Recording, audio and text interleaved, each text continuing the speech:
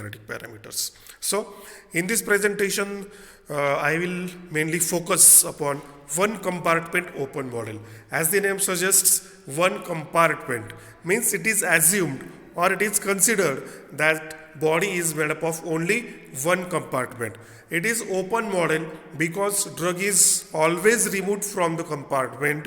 Drug does not remain into the compartment. That's why it is called as open model. Drug is eliminated by various organs of excretion, and that's why it is called as open model, not the closed model. Okay, so whenever we will see one compartment model means it is always one compartment open model. Introduction. The time course of drug concentration means change in drug concentration per time determined after its administration can be satisfactorily explained by assuming the body as single compartment with first order disposition processes. The change in drug concentration per unit time can be determined by assuming that the body is considered as single compartment. Our body is made up of number of organs, means number of compartments, but in this model it is assumed that body is made up of only one compartment. Okay, one compartment open model is simplest model and it is based upon following assumptions. Assumptions means these are only considerations, these are only hypothetical. Okay, these are not real statements whichever I am going to read now. First, the body is considered as single kinetically homogeneous unit that has no barriers to the movement of the drug. Okay, it is only assumption. Okay, the assumption is that the body is considered as single kinetically homogeneous unit, but in reality body is not made up of only single compartment. Body is made up of number of compartments owing to the presence of various organs as well as tissues. Our body is not kinetically homogeneous. Okay, the drug distribution is always heterogeneous. Drug is not distributed to every organ, and the concentration of drug reaching to every organ is not the same. Okay, but it is assumed for our easiness. It becomes easy. It should become easy for us to determine various pharmacokinetic parameters, and that's why these assumptions are to be made. Next is that the drug has no barrier. The body has no barriers to the movement of the drug, but in reality, the body has a number of barriers, and these barriers mainly restricts the movement of the drug. Okay, so the first assumption is that the body is considered as single compartment and the body has no barriers for the movement of drug. Next is that the drug distributes rapidly throughout the body. So whenever drug is administered into the body, it mainly distributes throughout the body, that is assumed, but in reality it is not like this. When drug is administered into our body, it takes too much time. The drug mainly slowly distributes into our body. Okay. Next is that drugs move dynamically in and out of the compartment. Okay, it is assumption also, it is in real also, it is in reality also. Okay, then elimination is first order process with first order rate constant. Then rate of absorption is greater than rate of elimination. In reality, it is not always possible. Means it is not always that rate of absorption is greater than rate of elimination. In some of the cases, it may be equal, it may be less than rate of elimination. But in this model, it is assumed that rate of absorption is greater than rate of elimination, and the anatomical reference compartment is plasma, and concentration of drug in plasma is representative of drug concentration in all body parts. That is, any change in plasma drug concentration reflects a proportional change in drug concentration throughout the body. Okay, so in this case, the plasma is mainly considered as the reference compartment, and the change in concentration of plasma reflects proportional change in the concentration of the drug throughout the body. Okay, so these are the assumptions, and based upon these assumptions, one compartment open model is designed. One compartment open model is generally used to describe plasma levels after administration of single dose of drug. Let's see what we can determine after administration of drug. We can determine only plasma drug concentration as well as urinary drug concentration. So in this model, the plasma levels means plasma drug concentration is mainly determined, and from that various pharmacokinetic parameters are determined. So in this way, the one compartment open model is represented. Okay, drug is administered into the compartment. The compartment is shown as a box, means the compartment is mainly composed of blood and other body tissues.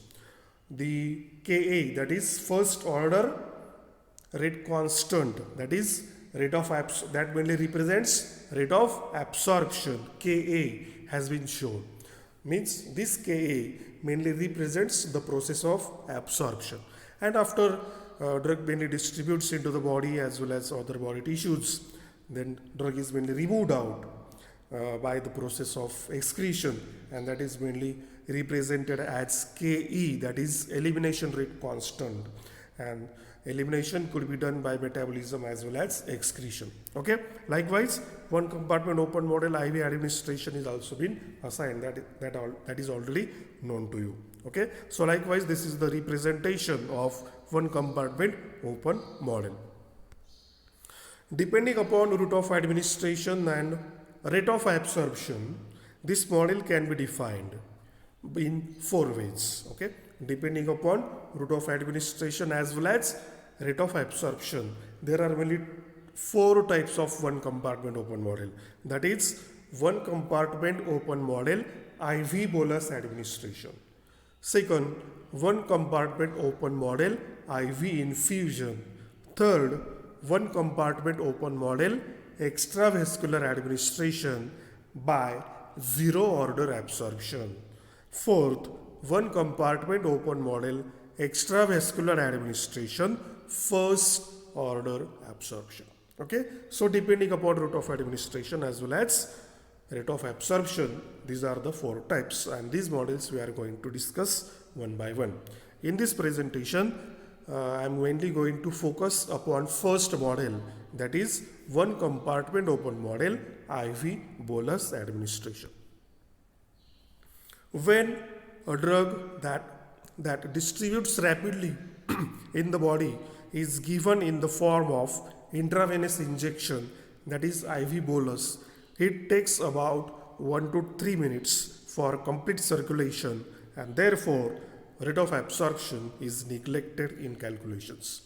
There are mainly 2 ways by which drug is administered in the form of IV route, that is IV bolus as well as IV infusion.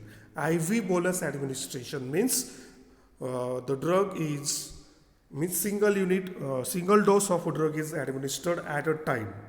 Okay, while IV infusion means drug is administered in the form of saline as well as in the form of various saline solutions. Okay, so likewise, so when drug is administered by IV bolus, then only 1 to 3 minutes are required for complete circulation of the drug into our body.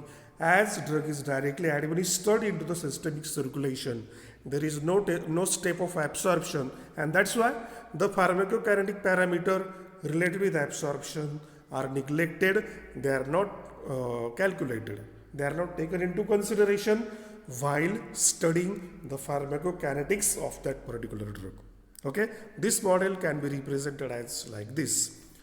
Box mainly represents a compartment in which there is blood and other body tissues, and only Ke, which represents rate of elimination.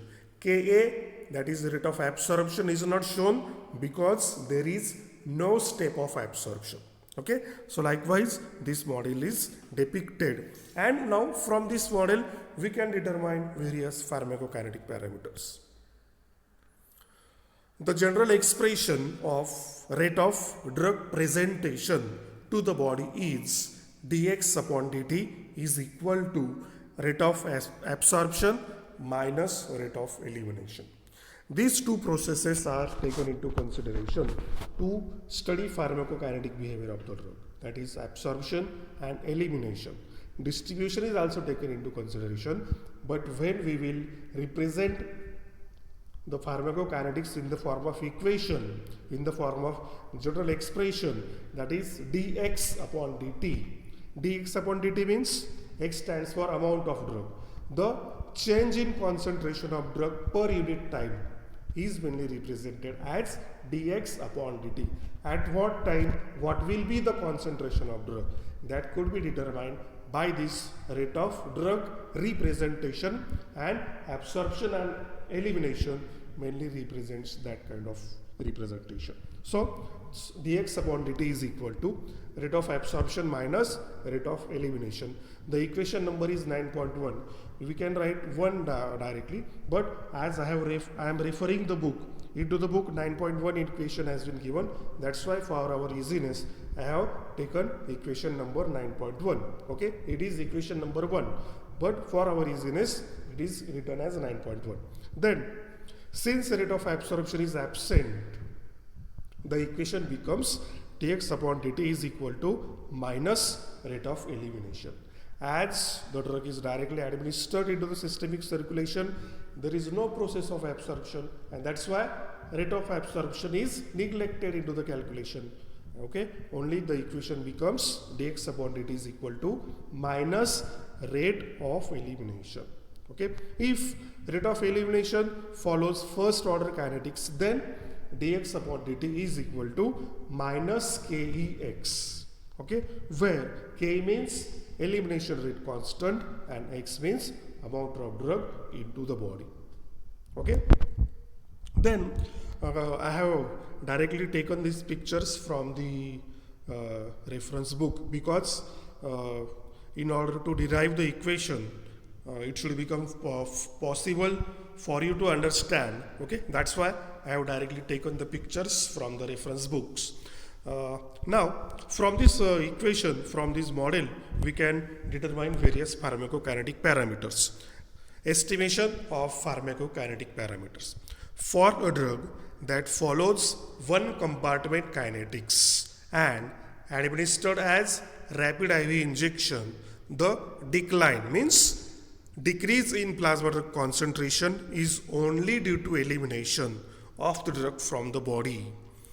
The phase being called as elimination phase, and this phase can be characterized by 3 parameters, that is elimination rate constant, elimination half-life and clearance. Okay, so the process of elimination can be studied by determining these 3 parameters which are related with elimination. Those are elimination rate constant, elimination half-life and clearance. Okay, firstly we will see how to determine elimination rate constant by integrating the equation 9.3.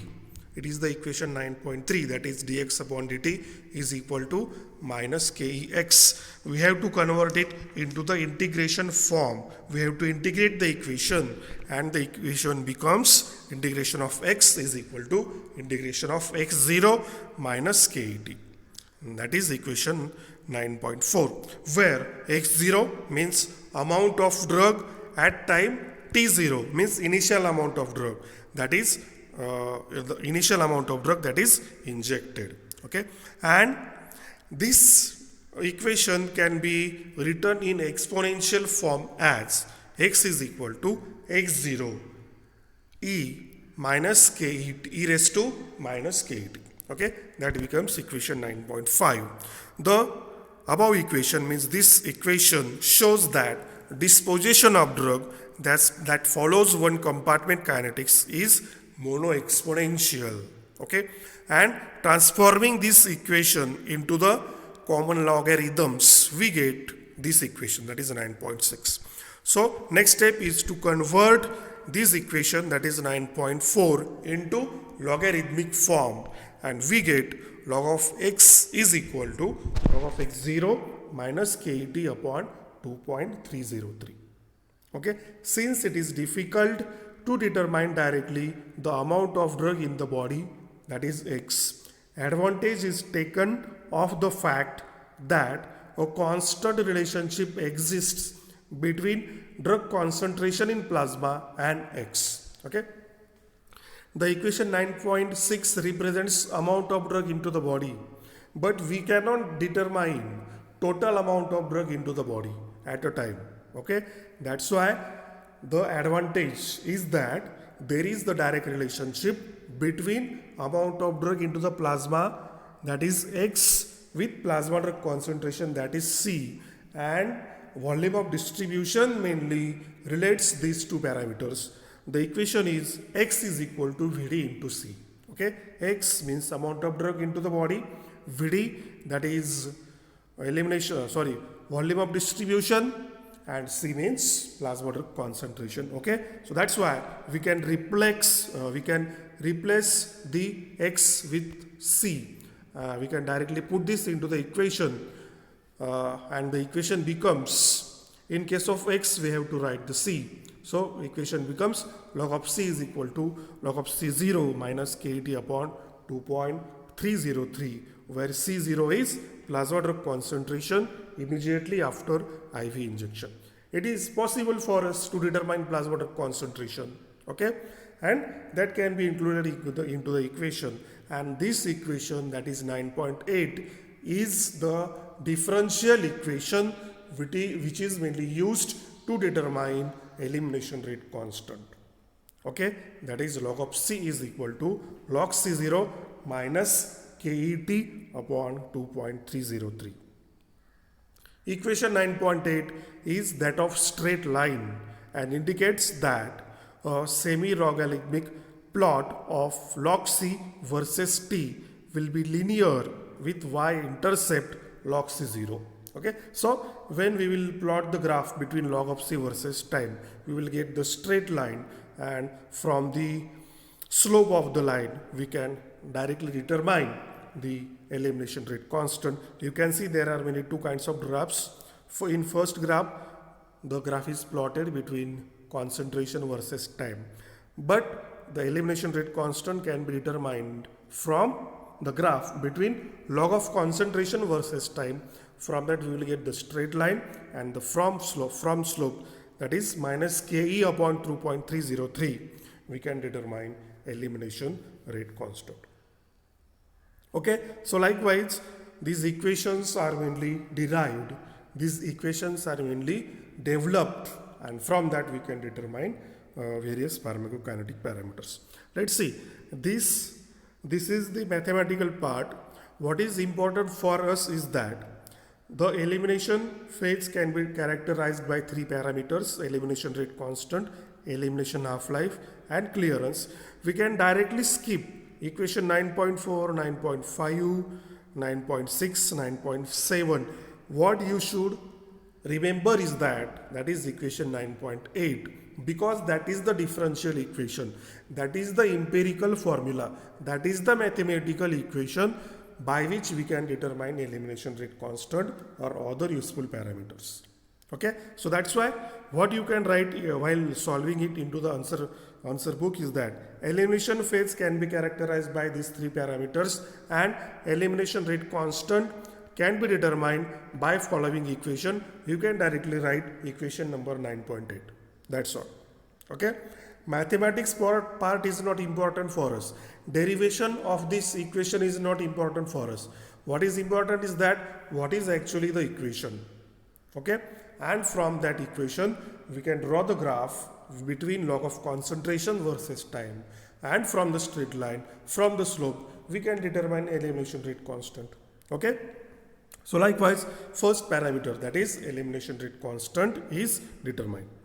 Next parameter related with elimination phase is elimination half-life, which is also called as biological half-life. Okay, it is the oldest parameter but most important characteristic of the drug. half-life. Okay, it is defined as time taken for the amount of drug in the body as well as plasma concentration to decline by one half or 50% of its initial value. Okay, half-life is known to you. It is expressed in hours or minutes. It is related to elimination rate constant by following equation. Okay, there is the relationship between half-life as well as elimination rate constant. T half is equal to 0.693 upon Ke. Okay, so by putting up the value of Ke, which we get from the graph, we can directly determine elimination half-life. Okay, and it can also be obtained, readily obtained from the graph of log of C versus time. See, there is T half, you can write by subtracting, means there is the difference between T1 and T2. The difference between T1 and T2 is actually the T half. Okay, so T half can also be readily obtained from the graph, or it can be calculated by using this equation, that is T half is equal to 0.693 upon K. Okay, so likewise these parameters are interrelated. Only if we have to determine single parameter, we can calculate other parameters. Okay, like we determine elimination rate constant, we can calculate half-life from that. We can calculate clearance from that. Okay, so today increased physiological understanding of pharmacokinetics shows that half-life is secondary parameter that depends upon primary parameters, clearance and volume of distribution, according to following equation. That is T half is equal to 0.693 into Vd upon CLT, where Vd stands for volume of distribution and CLT means total clearance. Okay, so likewise by using this equation also, by using this formula also, we can determine elimination half-life. Okay, next parameter which is related with distribution is apparent volume of distribution. The two separate and independent pharmacokinetic characteristics of a drug are apparent volume of distribution and clearance. Okay, since these parameters are closely related with physiological mechanisms in the body, they are called as primary parameters. Okay, so we can determine the volume of distribution by using this equation, that is Vd is equal to amount of drug into the body upon plasma drug concentration, that is X upon C. Vd is the measure of extent of distribution of drug and is expressed in liters. Okay, volume of distribution we have already studied into the previous lectures while studying the process of distribution. Okay, so volume of distribution is mainly gives the relationship between amount of drug into the body and plasma drug concentration. So it is the ratio of these two parameters, that is X upon C, and it can also be calculated from bolus dose. X stands for what? That is the dose. Okay, so Vd is equal to X0 upon C0, where X0 means IV bolus dose. We can, and C0 is can be determined experimentally. Okay, so by putting the value of X0 as well as C, we will get the value of Vd, that is volume of distribution. Volume of distribution can also be determined by area under curve. Okay, but that we will not see. Next parameter related with elimination phase is clearance. Okay, it is defined as hypothetical volume of body fluid containing drug from which the drug is completely removed in a given period of time. It is expressed in ml per minute. Okay, difficulties arise when one applies elimination rate constant and half-life as pharmacokinetic parameters in an anatomical or physiological context and as a measure of drug elimination mechanisms. So just like volume of distribution which is needed to relate plasma drug concentration with amount of drug in the body, clearance is the parameter that relates plasma drug concentration with rate of drug elimination according to this equation, that is Cl is equal to dx upon dt upon C. Okay, dx upon dt means what? Change in concentration per unit time, and C means plasma drug concentration after IV bolus administration. So from that we will get the value of clearance. Another equation to determine volume of clearance is CL is equal to 0.693 VD upon T half. Okay, VD volume of distribution and T half, that is half life. By putting their values into the equation we can determine clearance. Okay, so likewise these pharmacokinetic parameters are interrelated with each other. Okay, what we can determine, what we can measure, we can measure only plasma drug concentration at various time intervals. So from that we can determine all the pharmacokinetic parameters related with elimination phase, that is elimination rate constant, that is Ke, then elimination half life, that is T half, then volume of distribution, that is Vd, and clearance, that is Cl.